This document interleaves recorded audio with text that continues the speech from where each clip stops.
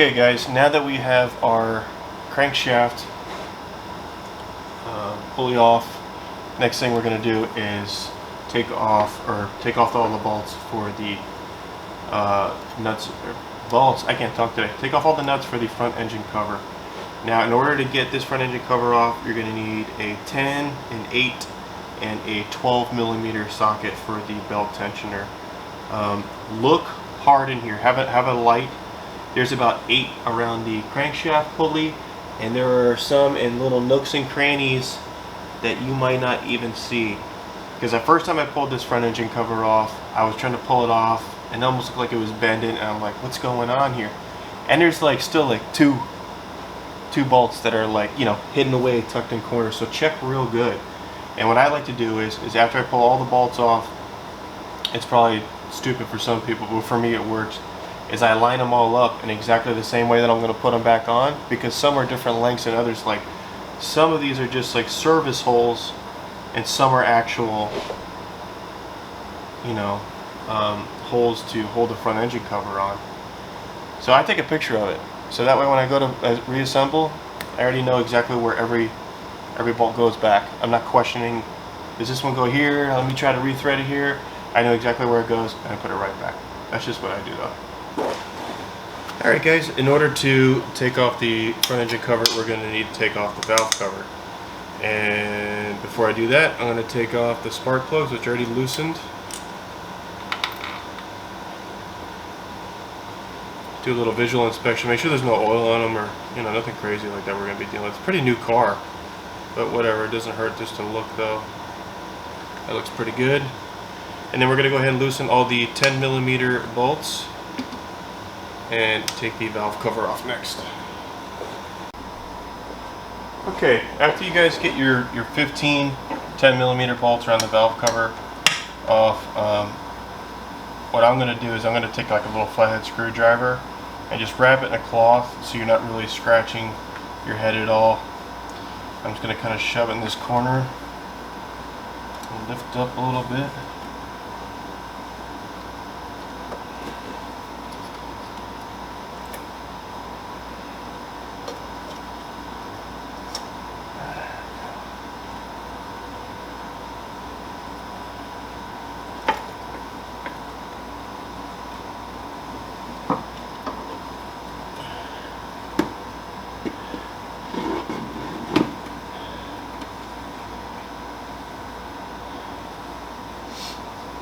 And there's our motor head, the valve cover off.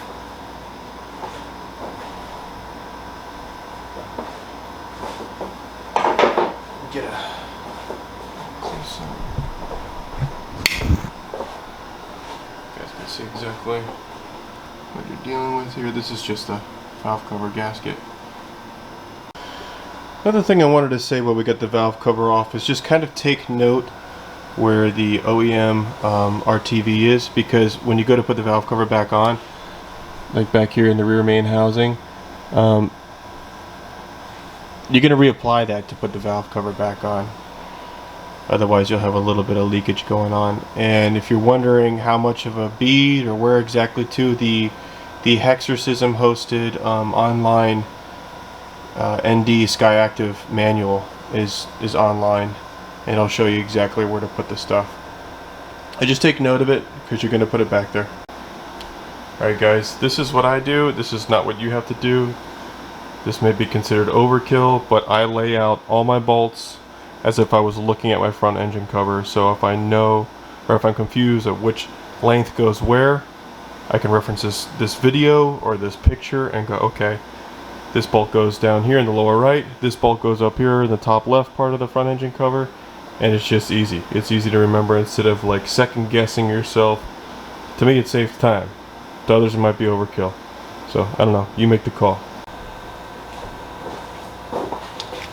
Alright guys. Now the oil pan is off. I took off all the front engine cover bolts. What I'm going to do is I'm going to take my little rubber mallet here and just bump this corner here enough to where I can get my little flathead screwdriver in there and start finagling it off the head and block.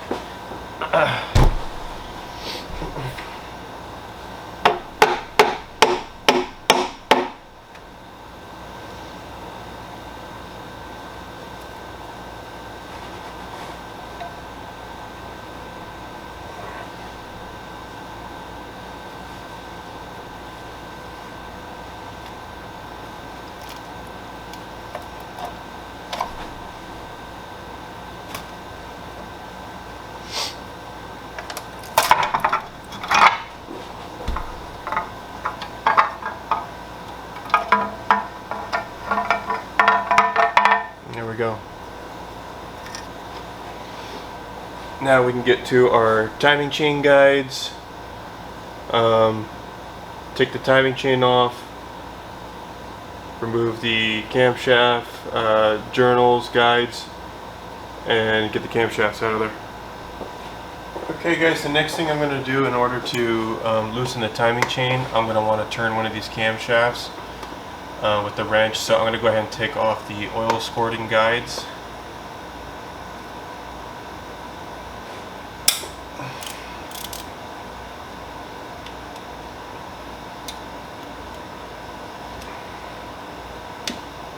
I'm not going to want to try and turn the camshaft with these oil squirters in the way.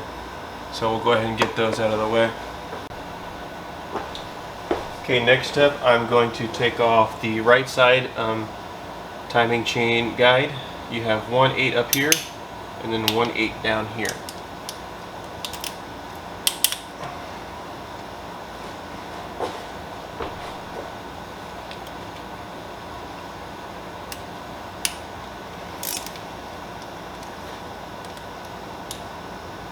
Pretty easy to break free. Okay, so what I'm going to do to take tension off the timing chain here is I'm going to take one finger, and you're not going to be able to see it. This is the little pin that you stick in the timing chain tensioner. There's a tiny little hole in the bottom right. So you push it in, stick it in, and it'll keep the timing chain tensioner plunger from coming back out and pushing tension on the timing chain. It'll be impossible to show you guys on video because I can't get a camera down in there, but just trust me when I say that that's what I'll be doing. If I can get it. I'm not going to be able to see this myself. Let's move this light around here.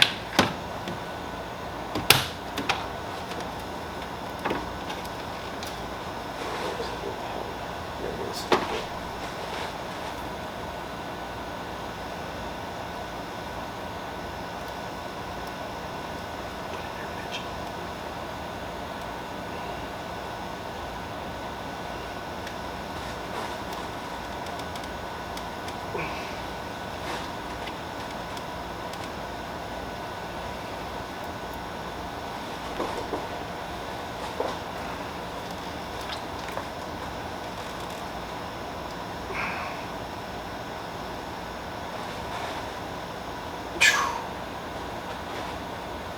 Damn.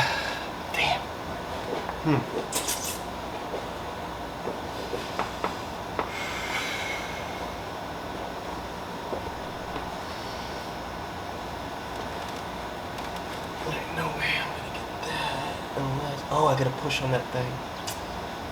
Move it up. That's right. That's right.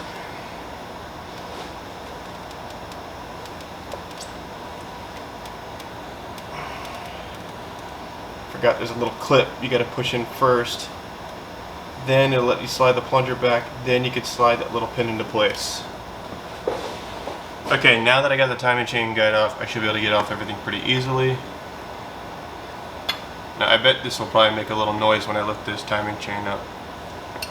You probably spring forward.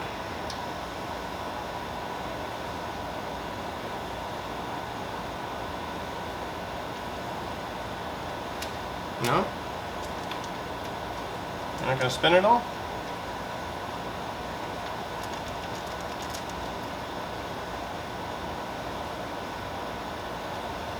Really? Oh, there it goes. Alright. Okay, camshaft cap removal for the exhaust side. We're going to start, we're going to go 1, 2, 3, 4, 5, 6. That's the order that we're going to remove them per service manual, and do it in a couple of different passes. Don't do it all in one, do a little bit, etc. I gotta use my small wrench to get in here.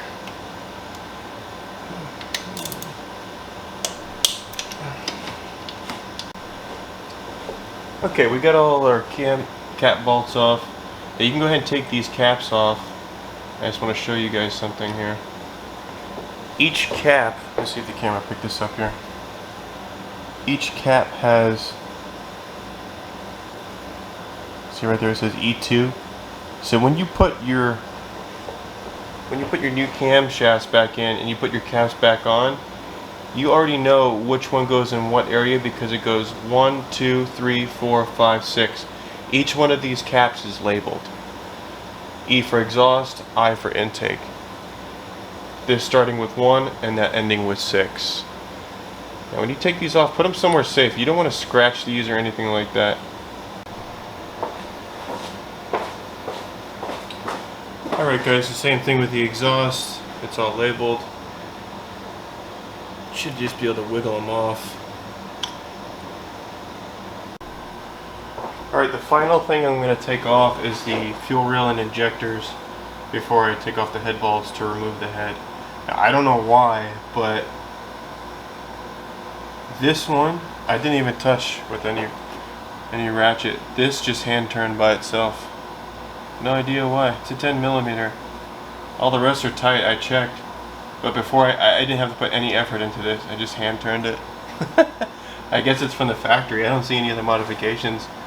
So I guess Mazda just screwed up on that. But let's go ahead and remove fuel rail. Be very careful on this because there's so many little O-rings and washers that you don't want to lose, because it'll put you back. It'll put you back. Heading to Mazda, ordering a tiny little O-ring for an injector. You don't want to do that. Okay, now that we got the fuel rail unbolted from the fuel line, now we can pull out the rail. It still has quite a bit of fuel in it.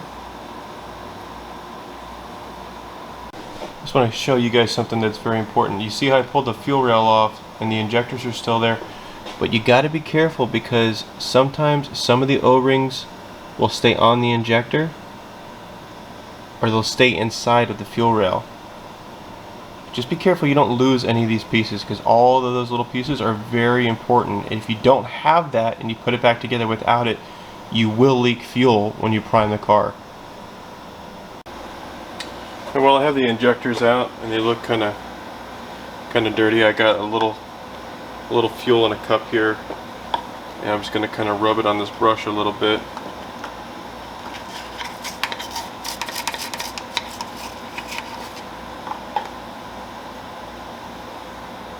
Clean off the injectors.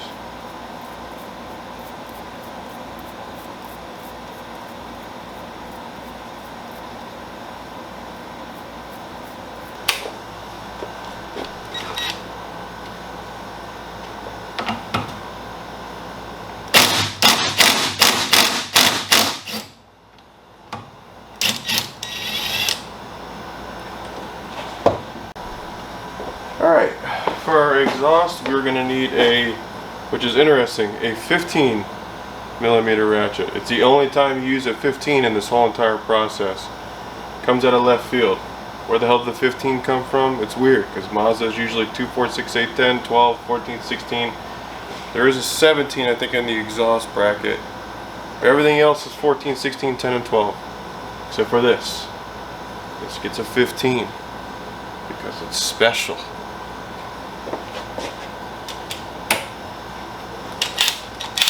Oh, same thing.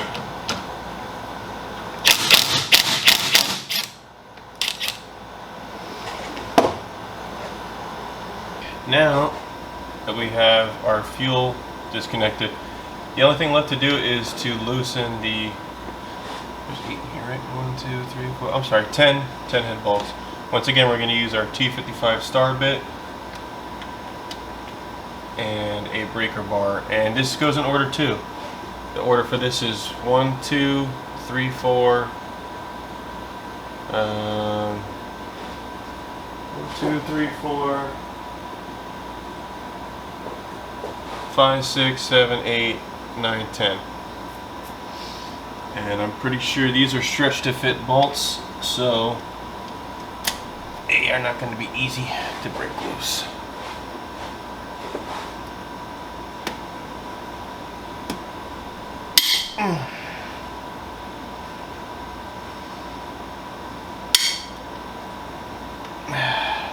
And that's all I'm going to do and go to the next one. Alright, I've already given everything about 3 or 4 passes, and my hands are getting tired.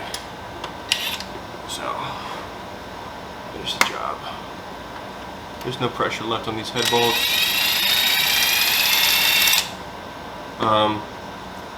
What I'm going to do with these, after I pull them out of the head, is literally throw them right into the trash because they're stretch bolts. So, in the trash it goes.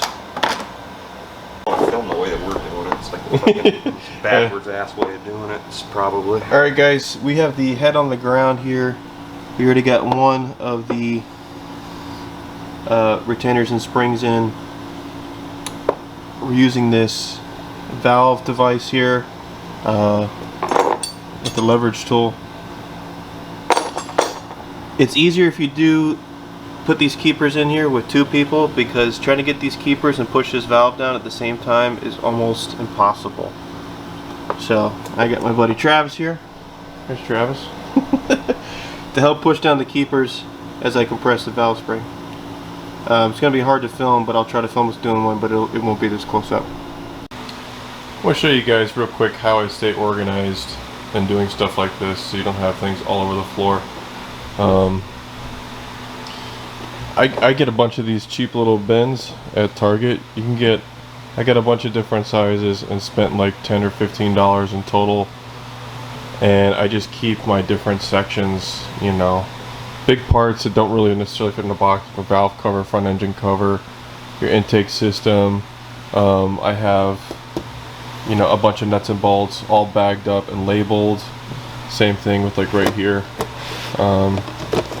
I put them in baggies and then I label each section or what it goes to. Here's all my timing stuff and valve train related.